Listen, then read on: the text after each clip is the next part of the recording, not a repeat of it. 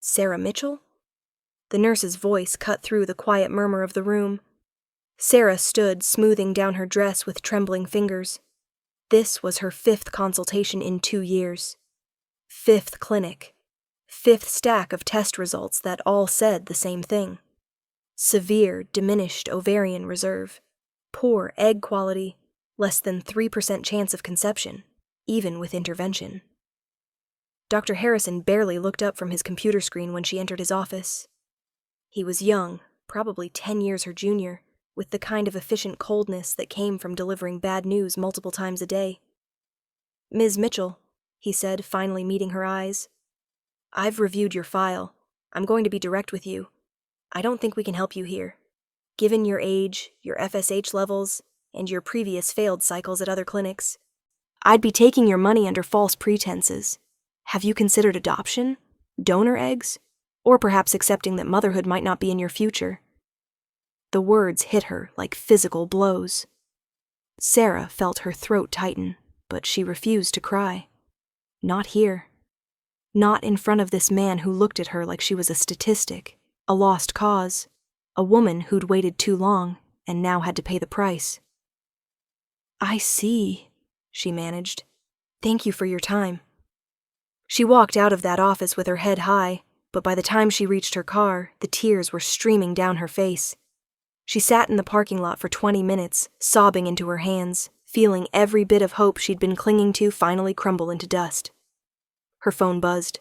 A text from her younger sister Claire. "Guess what? I'm pregnant. Baby number 3.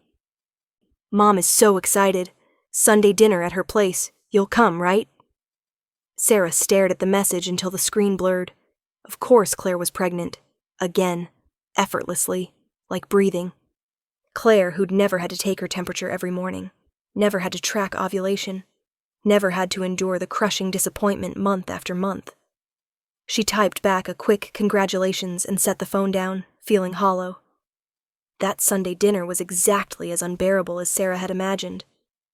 Her mother spent the entire meal fawning over Claire, already planning the nursery, discussing baby names, asking about due dates. Sarah's father, usually oblivious to emotional undercurrents, actually noticed her discomfort. "Sarah's still young," he said awkwardly, trying to include her in the conversation. "Plenty of time for her, too." Her mother's expression shifted, that particular look of pity mixed with disappointment that Sarah had come to dread. Oh, well, if Sarah had wanted children, she should have thought about that before she spent her 30s focused on her career. A woman can't have everything, you know. Biology doesn't care about your job title. The words hung in the air like poison. Sarah set down her fork carefully, afraid that if she didn't control every movement, she might throw something. "Actually, Mom, I've been trying for 2 years. I've spent thousands of dollars on fertility treatments. I've been to 5 different clinics. It's not a matter of wanting. It's a matter of my body not cooperating." Her mother waved a dismissive hand. "Well, if you'd started sooner..." "That's enough," Sarah's father said quietly, but the damage was done. Claire reached across the table, her expression sympathetic but somehow making it worse. "Sarah, I'm so sorry. I didn't know you were trying. But you know, maybe this is the universe telling you something. Not everyone is meant to be a mother. And that's okay. You have your career, your freedom. I'd kill for a night of uninterrupted sleep." Sarah stood up, her chair scraping against the floor. "I need some air." She grabbed her coat and walked out into the backyard, the November cold biting at her exposed skin. Behind her, she could hear her family's voices rising in argument, probably discussing what to do about poor Sarah and her inability to just get over it and move on. The worst part was that everyone meant well. They weren't trying to hurt her. But their well-meaning advice, their suggestions to just relax or adopt or accept reality, felt like death by 1,000 cuts. No one understood the grief of mourning a child who'd never existed, a future that would never be. Over the next few weeks, things only got worse. At work, her colleague Rachel announced her pregnancy. Accidentally conceived, she admitted with an embarrassed laugh, even though she and her husband had been using protection. At her book club, 2 more pregnancy announcements. At the grocery store, she seemed to see pregnant women everywhere, their swollen bellies a constant reminder of what her body couldn't do. Then came the wedding invitation.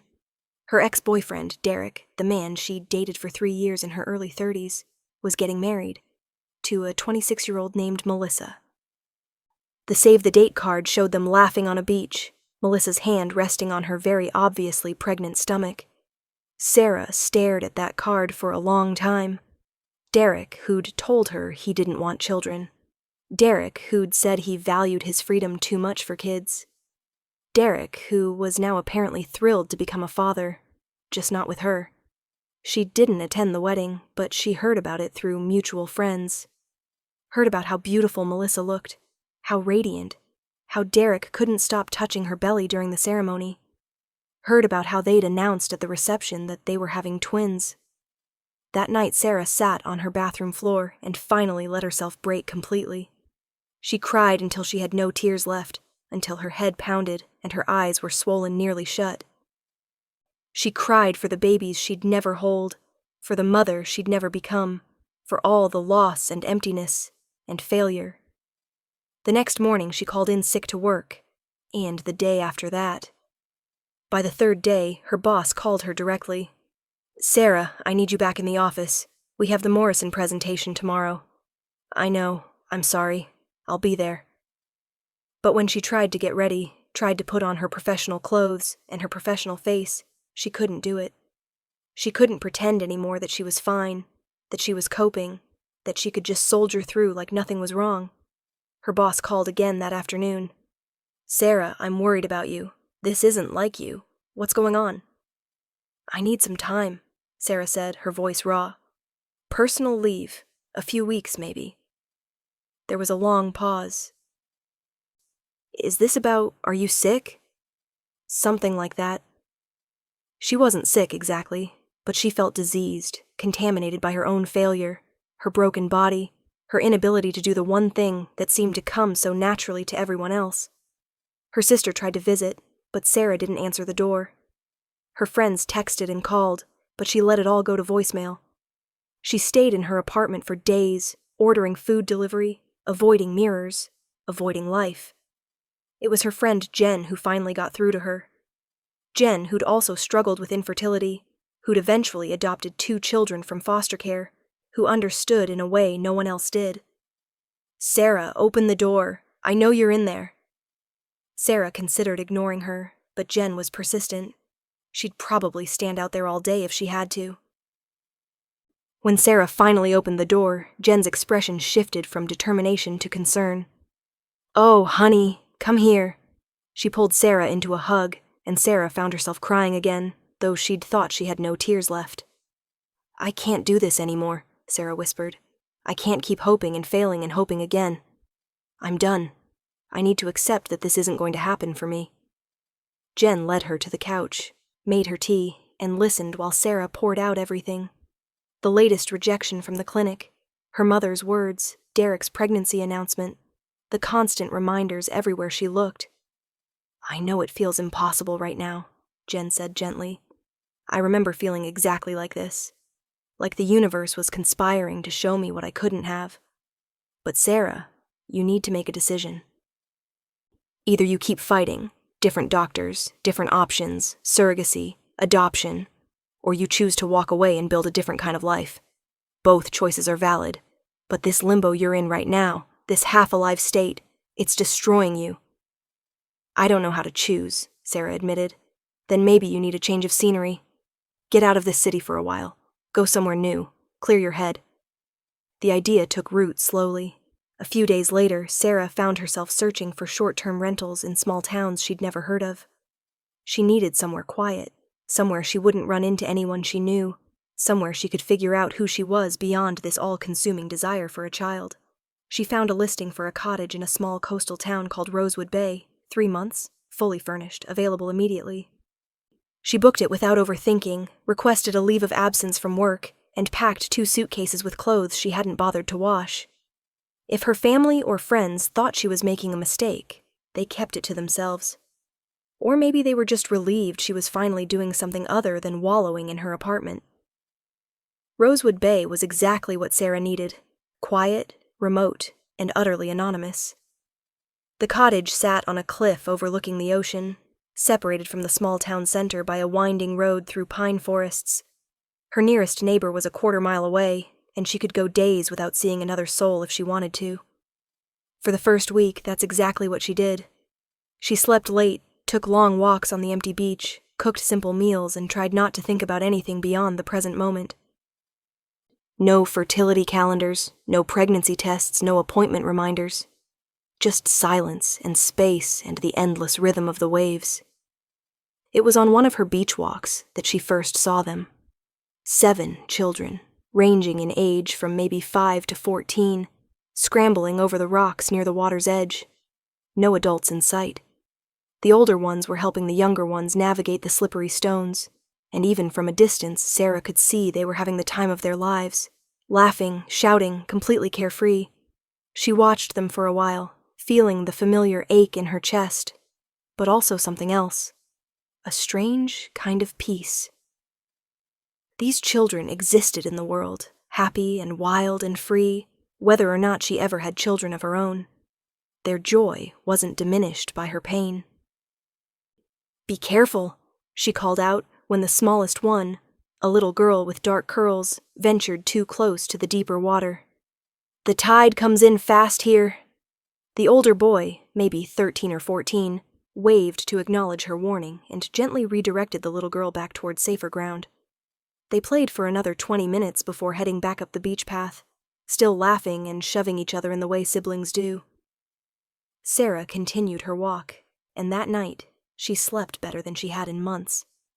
She saw the children several more times over the next 2 weeks, always on the beach, always unsupervised.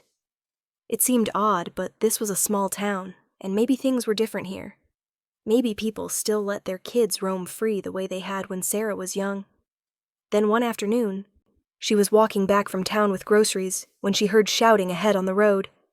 The same group of children were clustered around the smallest girl, the one with dark curls, who was sitting on the ground crying and holding her arm at an awkward angle. "What happened?" Sarah dropped her bags and rushed over. "She fell off her bike," the oldest boy said, his face pale. "I think her arm is hurt bad." Sarah knelt beside the little girl, who couldn't have been more than 6. "Hey, sweetheart, my name is Sarah. Can I look at your arm?" The girl nodded through her tears. Even without touching it, Sarah could see the arm was broken, the wrist was swelling and starting to bruise. "Okay, we need to get you to a hospital. Where are your parents?" The children exchanged glances. "Our dad's working," the oldest boy said. "He won't be back until late." "What about your mom?" "We don't have a mom," a girl of about 10 said matter-of-factly. "It's just Dad." Sarah felt a chill that had nothing to do with the coastal wind. 7 children, no mother, and a father who left them unsupervised for hours? What kind of situation was this? "All right," she said, making a decision. "I'm taking her to the hospital. The rest of you, can you get home safely?" The oldest boy nodded. "But you should know, our dad won't like this. He doesn't like strangers helping." "Your dad can take it up with me," Sarah said firmly. She carefully helped the little girl to her feet. "What's your name, honey?" "Lucy," the girl whimpered. "Okay, Lucy, I'm going to help you, all right? You're going to be just fine." The drive to the nearest hospital took 40 minutes. Sarah learned that Lucy was indeed 6, that her brothers and sisters were named Thomas, Isabella, Marcus, Sophie, James, and Emma, and that their father owned a restaurant in town. Lucy was terrified of getting in trouble, kept saying, "Daddy will be so mad," even through her pain. "He won't be mad at you," Sarah assured her. "Accidents happen. He'll just be glad you're okay." At the hospital, the staff moved quickly once they saw Lucy's arm. A broken wrist, they confirmed, needing a cast. Sarah stayed with Lucy through the whole process, the x-rays, the setting of the bone, the casting, because the little girl clung to her hand and begged her not to leave. It was while they were waiting for the cast to dry that Sarah's phone rang with an unknown local number. "Hello? Who the hell are you? And why do you have my daughter?" The voice was deep, rough, and absolutely furious. Sarah's spine straightened. My name is Sarah Mitchell. I found your daughter injured on the side of the road with 6 other children and no adult supervision. She has a broken wrist. We're at County General. You took my child to a hospital without my permission? She's 6 years old with a broken bone. What was I supposed to do, leave her on the side of the road? There was a long silence. Then, I'll be there in 20 minutes. Don't go anywhere. He hung up before Sarah could respond. She looked down at Lucy, who'd fallen asleep against her side, exhausted from pain and fear. What kind of father left 7 children alone like this? What kind of situation had she just inserted herself into? But she thought of Lucy's tear-stained face, her small hand clutching Sarah's, and she didn't regret helping. Whatever happened next, at least this child had gotten the medical care she needed. True to his word, exactly 20 minutes later, the emergency room doors burst open, and a man strode in like he owned the place. Sarah's breath caught in her throat. He was tall, well over 6 feet, with broad shoulders, and a presence that seemed to fill the entire room. Dark hair, sharp features, and eyes that scanned the space with an intensity that made Sarah's skin prickle. He was dressed in all black, expensive clothes that somehow made him look both elegant and dangerous. Several people in the waiting room looked up, then quickly looked away, as if they knew better than to stare. His gaze found Sarah and Lucy immediately. He moved toward them with long, purposeful strides, his expression dark as a thundercloud. "Lucy," he said, and his voice was somehow gentler than it had been on the phone. He knelt beside the hospital bed where his daughter lay sleeping. "Principessa." Lucy's eyes fluttered open. "Daddy, I'm sorry, I didn't mean to." "Shh, you're fine. Let me see." He examined the cast with careful hands, his jaw tight. Then he turned those intense eyes on Sarah. "Step outside with me. Now." It wasn't a request. Sarah glanced at Lucy, who nodded sleepily and followed him into the hallway. The moment they were alone, he turned on her. "You had no right to take my daughter anywhere without my permission." "Your 6-year-old daughter was injured with no parent in sight," Sarah shot back, refusing to be intimidated despite the fact that this man was intimidating as hell. "Was I supposed to call you and wait while she sat there in pain? Where were you exactly?" His eyes flashed dangerously. "Working? My older children know to call me if there's an emergency." "They're children. The oldest can't be more than 13 or 14. You left 7 kids completely alone? My children are none of your concern." "They became my concern the moment I found one of them hurt and crying on the side of the road." Sarah's voice rose despite her best efforts to stay calm. "What kind of father—" She didn't get to finish that sentence. In one swift movement, he'd backed her against the wall, one hand braced beside her head, his face inches from hers.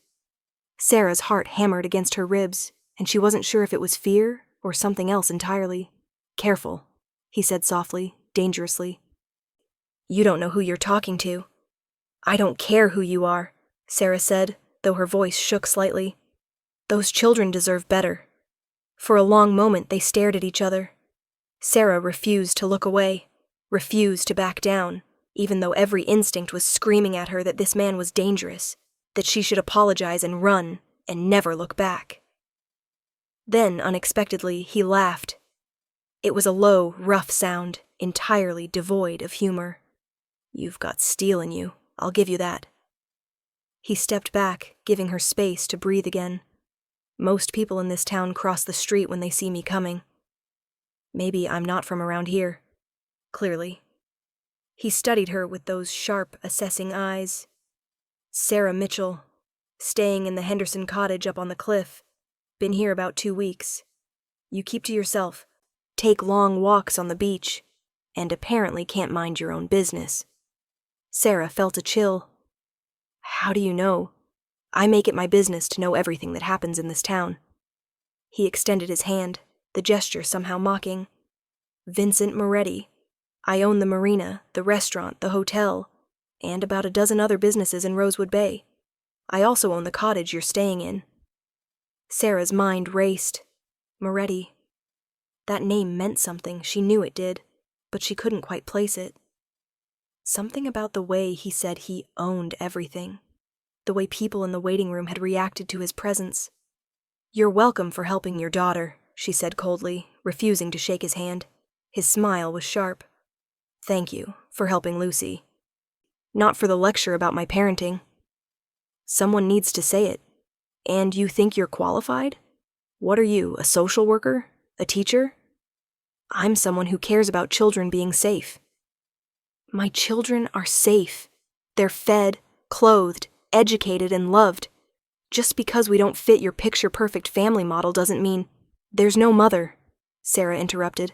7 children with no mother and a father who's gone all the time. That's not a different model. That's— their mother is dead. His voice was flat, emotionless, but something flickered in his eyes. She died 4 years ago. So yes, it's just me. And yes, I work long hours because I have 7 children to support. My older kids help with the younger ones. It's not ideal, but it's what we have. Sarah felt like the floor had dropped out from under her. I'm sorry. I didn't know." "Of course you didn't know. You've been here 2 weeks and you think you understand everything." He turned away from her, running a hand through his hair in a gesture of exhaustion. "The hospital bill goes to me. I'll have someone follow up with you about any expenses you covered." "I don't want money." He looked back at her over his shoulder. "Then what do you want?" It was a loaded question, and Sarah didn't have a good answer. What did she want? To have been wrong about him? To not feel this strange, uncomfortable pull toward a man who was clearly dangerous and complicated, and everything she should stay away from? "I just want to know those kids are okay," she said finally.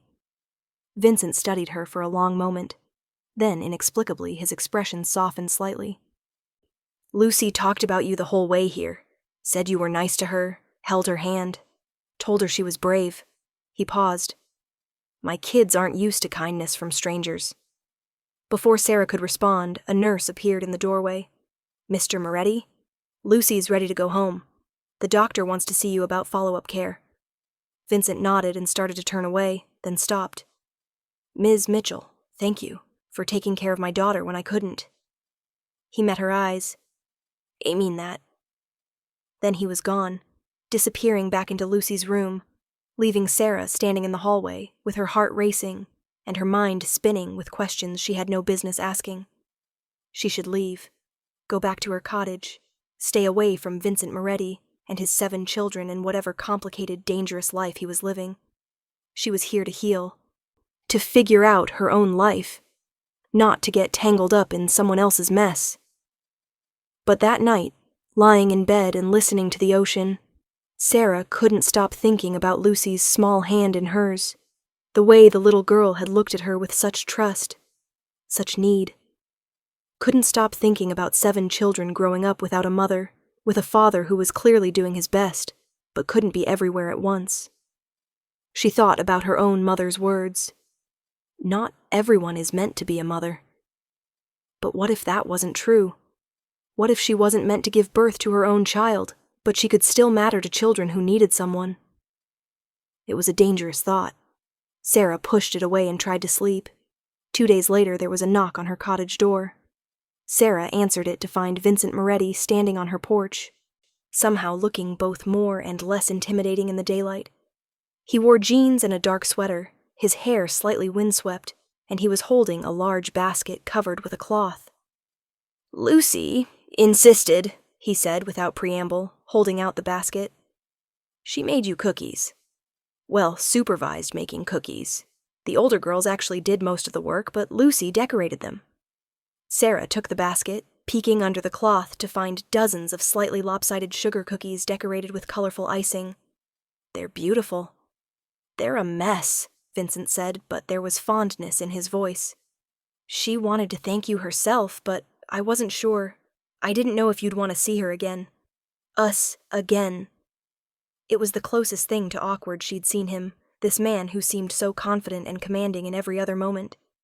"I'd love to see her," Sarah heard herself say, "to see how she's doing." Vincent's shoulders relaxed slightly. "She's good.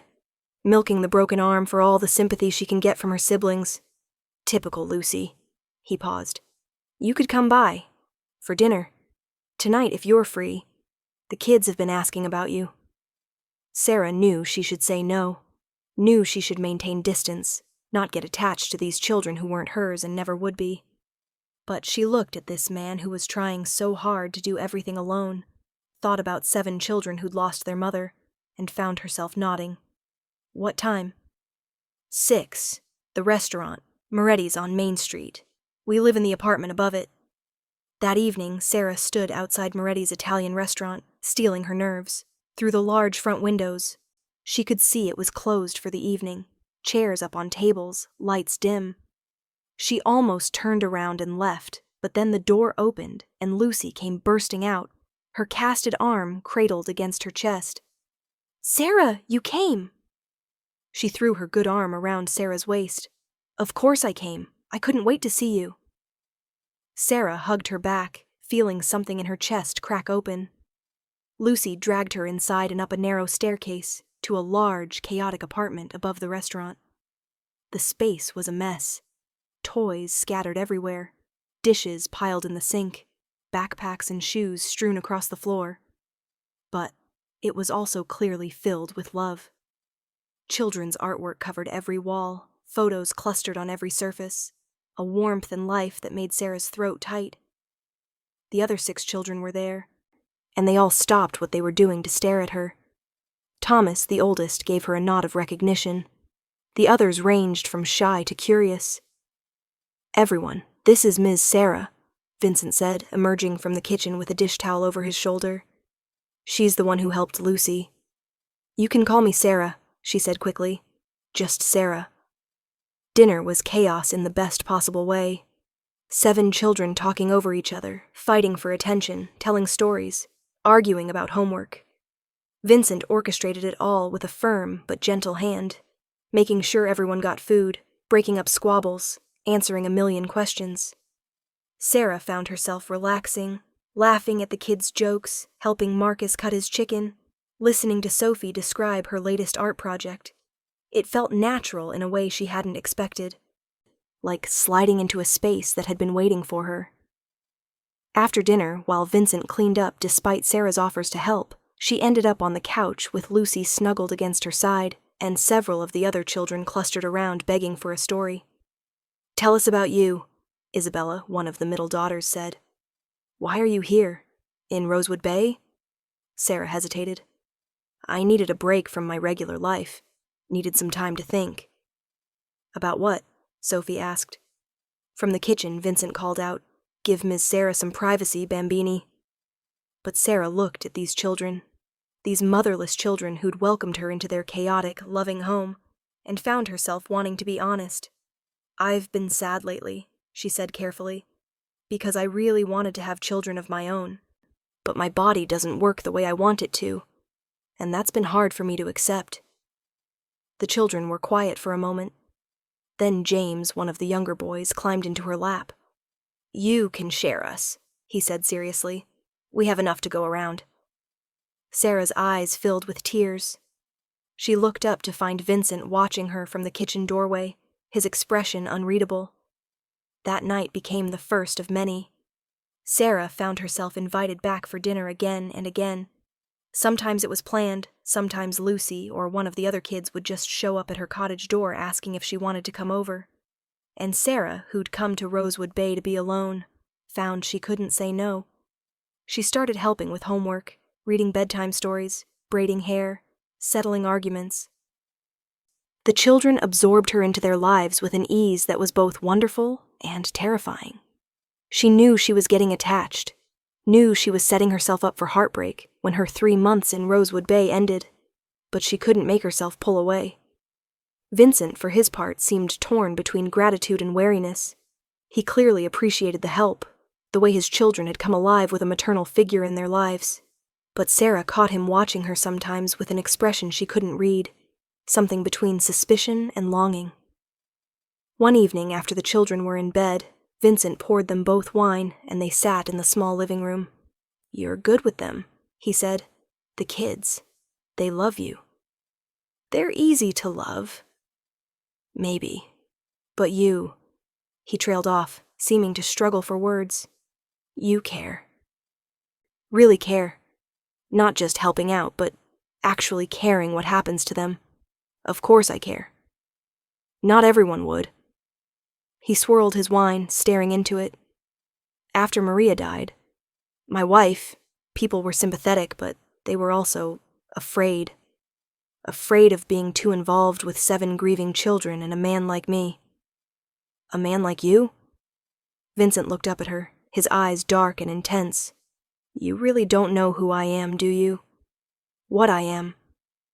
You own businesses in town. You have 7 children. You make decent lasagna.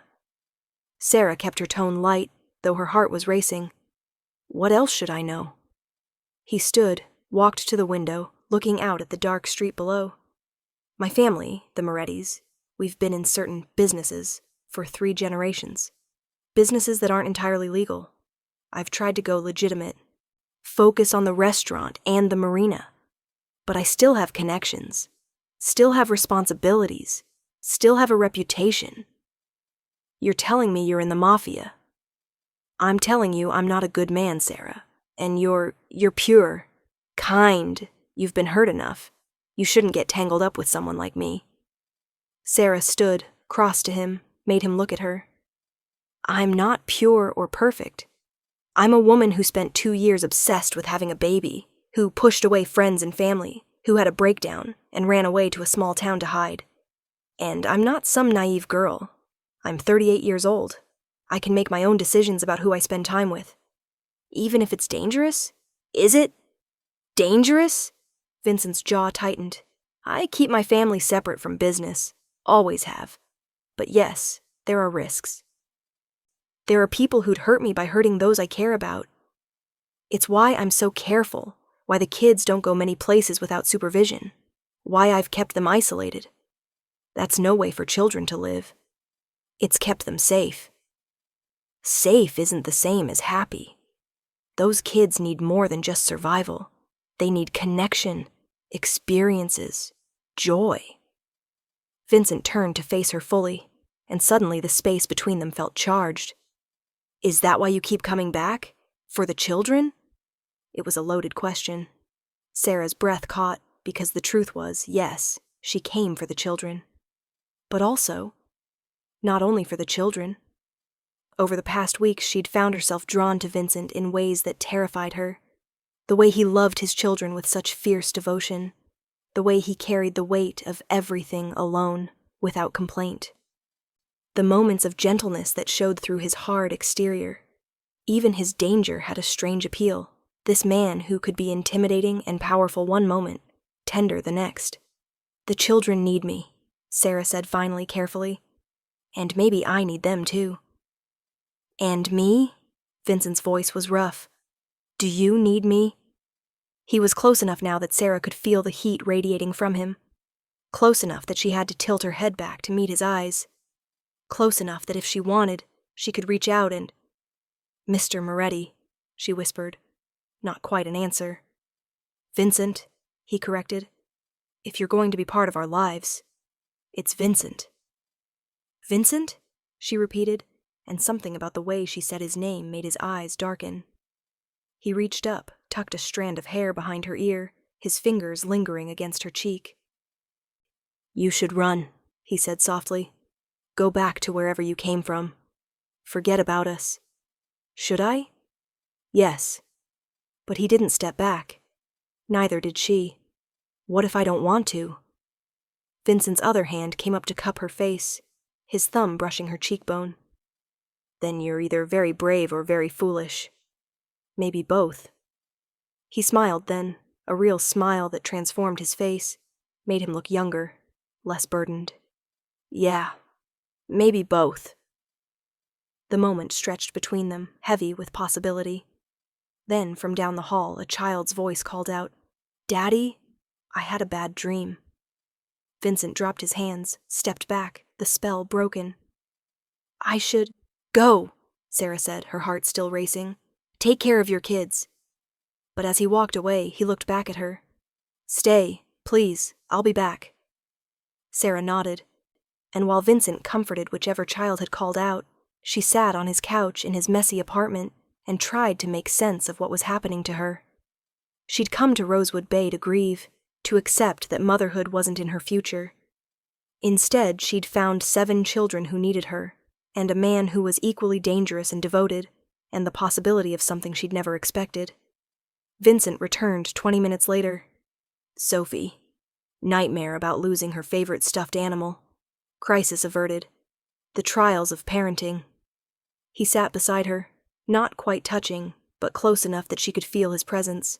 Sarah, I need you to understand something. If you stay, if you become part of their lives, part of our lives, you can't just leave when things get hard or complicated.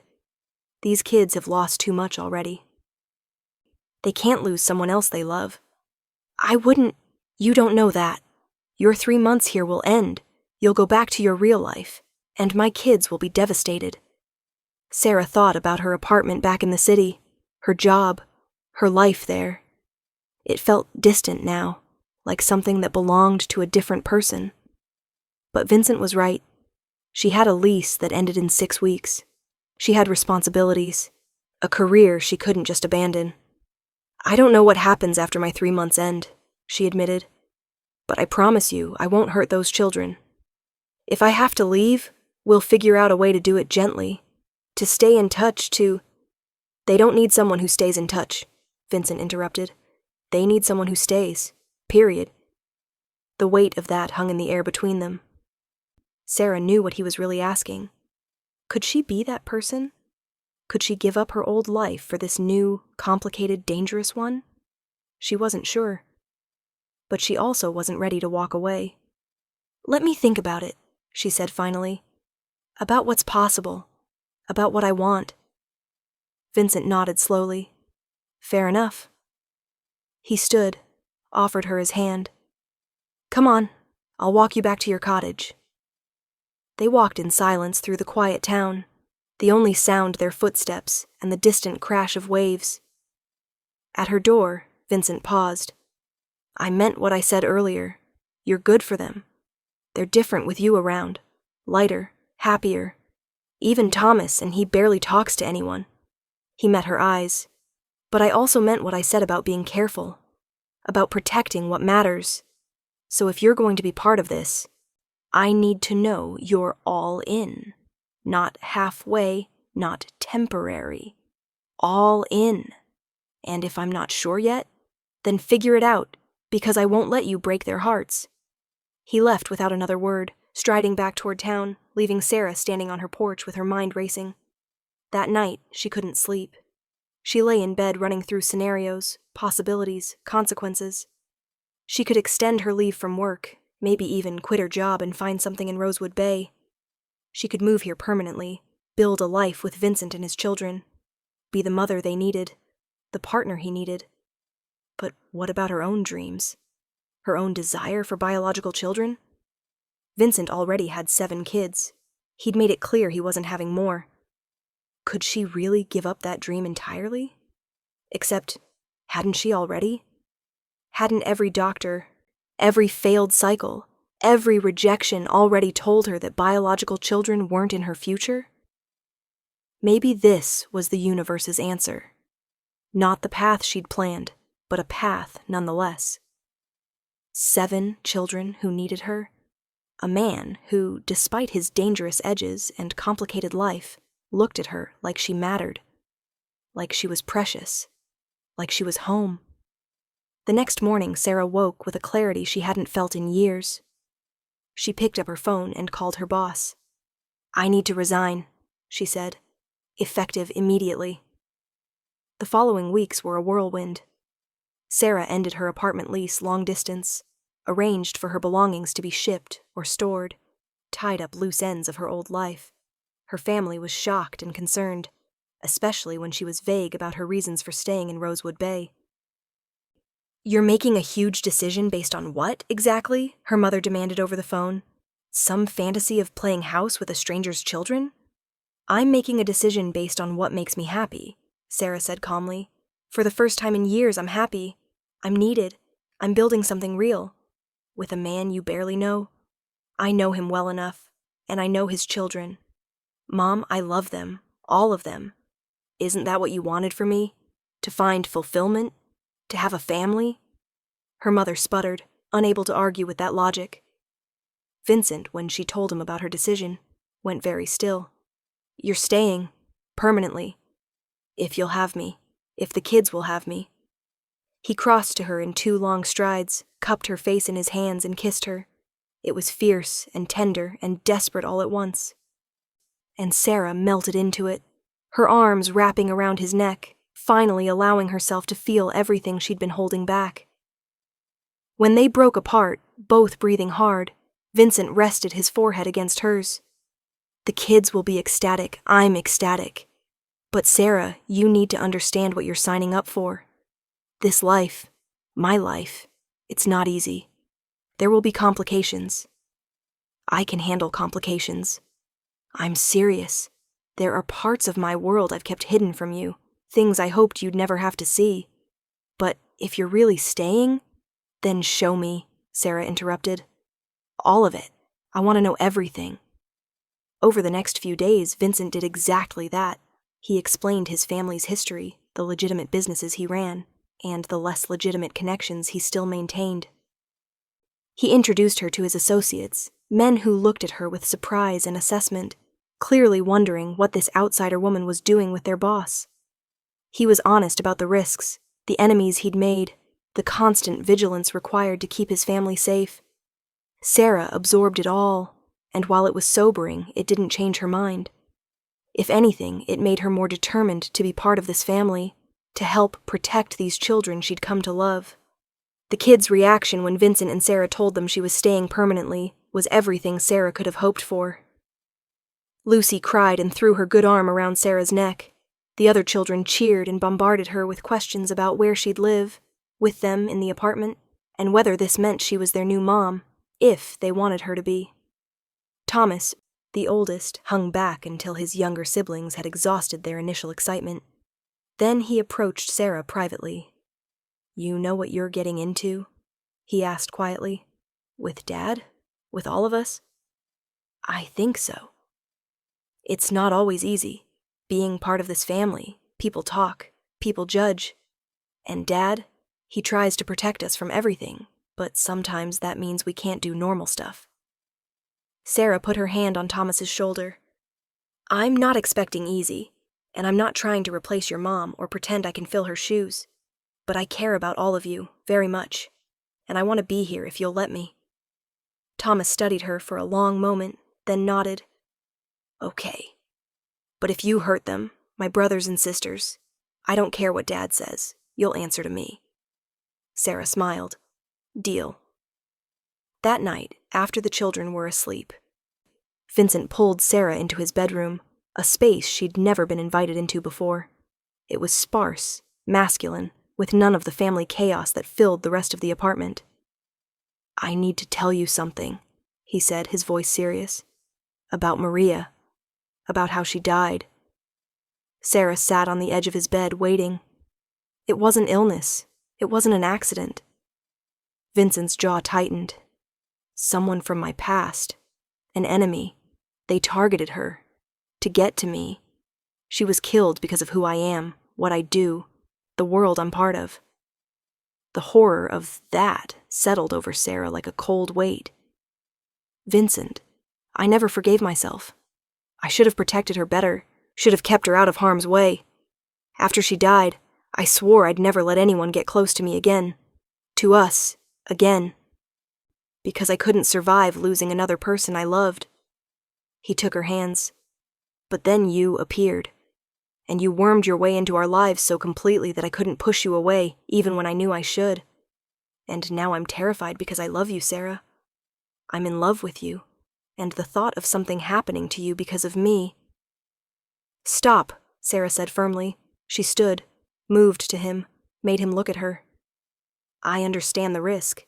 I'm choosing this anyway, choosing you, choosing the kids, choosing this life. You don't get to make that decision for me. You could die. I could die crossing the street in the city. I could die from a million different things. But I'd rather live fully with you and those children than spend the rest of my life safe, and alone, and miserable. She pulled him down to her, kissed him softly. I love you too, and I'm not going anywhere. Vincent's arms came around her, holding her so tightly she could barely breathe. Then I'm never letting you go. They made love that night with a tenderness and intensity that left Sarah shaking. This wasn't the forbidden romance she might have imagined. This was real, messy, complicated, and absolutely right. Afterward, lying in Vincent's arms, Sarah thought about the journey that had brought her here. All the rejection, all the loss, all the grief. It had led her exactly where she needed to be. Not to biological children of her own, but to 7 children who needed a mother. Not to the perfect, safe life she'd planned, but to a dangerous, chaotic, beautiful life she could never have imagined. What are you thinking? Vincent murmured against her hair. That I was looking for the wrong thing all along. I thought I needed to give birth to matter, to be a mother. But motherhood isn't about biology. It's about love. My kids are lucky to have you. I'm lucky to have them, to have you. Vincent tilted her face up, kissed her slowly. Marry me. Sarah's breath caught. What? Marry me, make it official. Be their mother legally, permanently. Be mine. He sat up, suddenly intense. I know it's fast. I know we haven't been together long.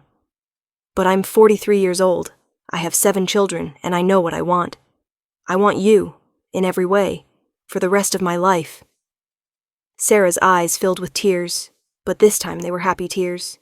Yes, yes, of course yes. Vincent kissed her again, deeper this time, with promise and possession and joy. We'll do it right. Big wedding if you want. Or small and private. Whatever you want. I want the kids to be part of it.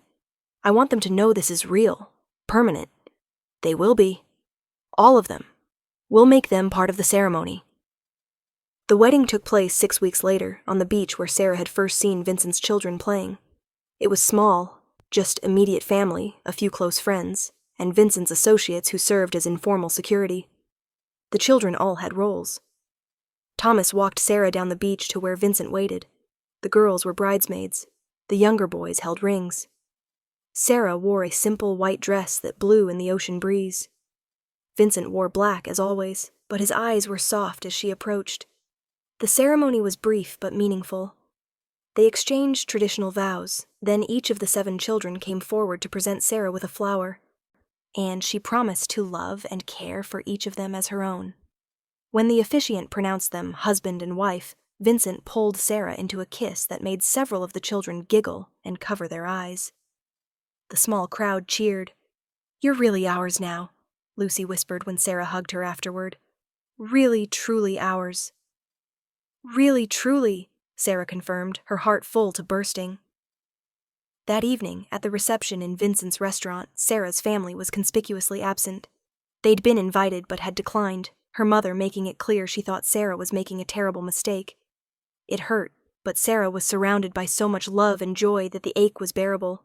What surprised her was when Thomas stood up to give a toast. I'm not good at speeches, the 14-year-old said, his voice cracking slightly with teenage awkwardness. But I wanted to say, we lost our mom 4 years ago. It was the worst thing that ever happened to us. And for a long time, I thought nothing would ever be okay again. But then Sarah showed up. He looked at her, his eyes suspiciously bright. And she didn't try to replace Mom. She just loved us. Even though we're kind of a disaster, and there's too many of us, and we're loud and messy, she chose us anyway. So Sarah, thank you for choosing us, for staying, for being the mom we needed. Sarah was crying openly now. Vincent squeezed her hand. And Dad, Thomas continued, you've been doing this alone for so long, taking care of all of us, working so hard. You deserve to be happy. You both do. So, congratulations. And welcome to the family, Sarah. Officially. The restaurant erupted in applause. Sarah stood and hugged Thomas fiercely, whispering, Thank you. I love you all so much. Later, after the children were finally in bed and the guests had gone home, Vincent and Sarah stood together on the restaurant's back deck, looking out at the ocean. "Any regrets?" Vincent asked quietly. Sarah thought about it, really thought about it. About her old life, her old dreams, the children she'd never birth, the conventional path she'd abandoned. "Not a single one," she said honestly. "This is exactly where I'm supposed to be." Vincent pulled her close, kissed the top of her head. "The kids want to know when you're going to have a baby with me?" Sarah stiffened slightly. They hadn't discussed this explicitly, and she'd assumed Vincent didn't want more children. "I told them it probably wasn't going to happen," Vincent continued, "that you'd tried before and it was difficult. But Lucy asked if we could try anyway, because she wants a little brother or sister." "Vincent, you already have 7 children. I know. And if it's too painful to think about, if you've made peace with not having biological children, I understand. We have more than enough. But Sarah, if you wanted to try, if you wanted to see if maybe with less stress, with a different environment, maybe—" He turned her to face him. "I'm just saying, I'd be open to it. If you wanted. No pressure." Sarah's throat tightened. She'd been so focused on becoming a mother to Vincent's children that she hadn't even considered the possibility of trying again. And maybe he was right. Maybe with less stress, with a different mindset, maybe things would be different. "I don't want to get my hopes up," she said carefully. "So don't. We have 7 children. Our family is complete, whether or not we have another. But if it happens naturally, without treatments or stress or desperation, wouldn't that be something?" Sarah nodded slowly. "Yeah, it would be something." They didn't try, not actively, but they didn't prevent either. And 3 months after their wedding, on an ordinary Tuesday morning, Sarah stared at a positive pregnancy test with shaking hands. She was pregnant. After years of trying, months of desperation, countless negative tests, and crushing disappointments, she was pregnant. She sat on the bathroom floor and cried, overwhelmed by joy and terror in equal measure. What if she miscarried? What if something went wrong? What if— "Sarah?" Vincent's voice came through the door. "You okay in there?" She opened the door, held out the test wordlessly. Vincent stared at it, then at her, then back at the test. "You're pregnant." "I'm pregnant." He pulled her into his arms so hard it almost hurt, and when he pulled back, his eyes were wet. "We're having a baby." "We're having a baby," Sarah repeated, and this time the words felt like a blessing instead of a curse. The pregnancy was monitored carefully, given Sarah's history, but everything progressed normally. The children were over the moon, especially Lucy, who told everyone who would listen that she was going to be a big sister. Sarah's family, hearing the news, finally came around. Her mother called, apologetic and crying, admitting she'd been wrong to judge Sarah's choices. "You found your path," her mother said. "A different path than I expected, but you're happy. That's what matters." 8 months after their wedding, Sarah gave birth to a healthy baby girl. They named her Maria, after Vincent's first wife, with Lucy's enthusiastic approval. In the hospital room, surrounded by Vincent and all 7 children, Sarah held her newborn daughter and marveled at the impossible journey that had brought her here. She'd been rejected over and over, told she'd never be a mother, told her body was broken, that she'd waited too long, that she needed to accept reality. But she'd found her way to a man who'd said, "I have 7 kids. Come with me." And in choosing his family, in opening her heart to children who weren't biologically hers, she'd found everything she'd been looking for, and so much more. "What are you thinking?" Vincent asked softly, stroking baby Maria's dark hair. "That I was looking in all the wrong places," Sarah said. "I thought motherhood was about biology, about pregnancy and birth. But it's about love. It's about choosing to show up every day for kids who need you. It's about being chosen by them in return." She looked around at her family, all 9 of them now, and felt complete in a way she never had before. "I have 8 children," she said wonderingly. 8. I went from 0 to 8. Vincent laughed. "And you're stuck with us now, all of us. Forever." "Forever," Sarah agreed, and she'd never meant anything more in her life. Years later, when people asked Sarah about her life, about how she'd ended up married to Vincent Moretti with 8 children, she always told the truth. I was looking for something I thought I'd lost, but I found something better instead. I found a family who chose me, just as much as I chose them, and that made all the difference. Because in the end, it wasn't about being rejected over and over. It was about finding the one place, the one family, the one man who looked at her and said, "You're exactly what we need. Stay." And she had.